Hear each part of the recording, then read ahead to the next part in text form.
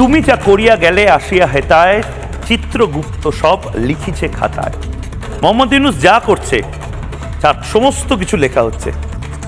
তুমি যা করিয়া গেলে আসিয়া হেথায়, চিত্রগুপ্ত সব লিখিছে খাতায়। মোহাম্মদ ইউনূস বোধহয় জানে না যে এটার মানেটা কি। তুমি যা যা করছো, তুমি যা যা বদমাইশি করেছো, সমস্ত কিছু লেখা হচ্ছে। এবং যে যে জিনিসগুলোকে তুমি আশকারা দিয়েছো, ওই কর্মা বলে না, সে কর্মা, সেই সমস্ত জিনিস হয়তো ঘুরে ফিরে তোমার ওপরেই প্রয়োগ করা হতে পারে। মোহাম্মদ ইউনূস কিসের ভয় পাচ্ছেন, যার জন্য মোহাম্মদ ইউনূস আকুতি মিনতি করছেন পালানোর জন্য?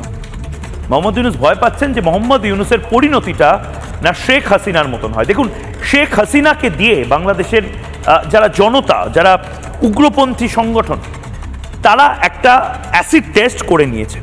যে অ্যাসিড টেস্টটা হলো শেখ হাসিনা ফ্যাক্টর নয়, ফ্যাক্টরটা হলো একটা সরকারকে কি করে ফেলে দিতে হয়।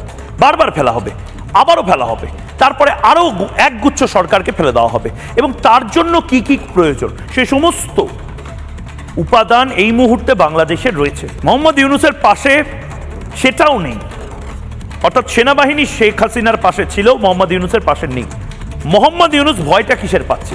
মোহাম্মদ ইউনূস ভয় পাচ্ছে আমার শেখ হাসিনার মতন অবস্থা না হয়।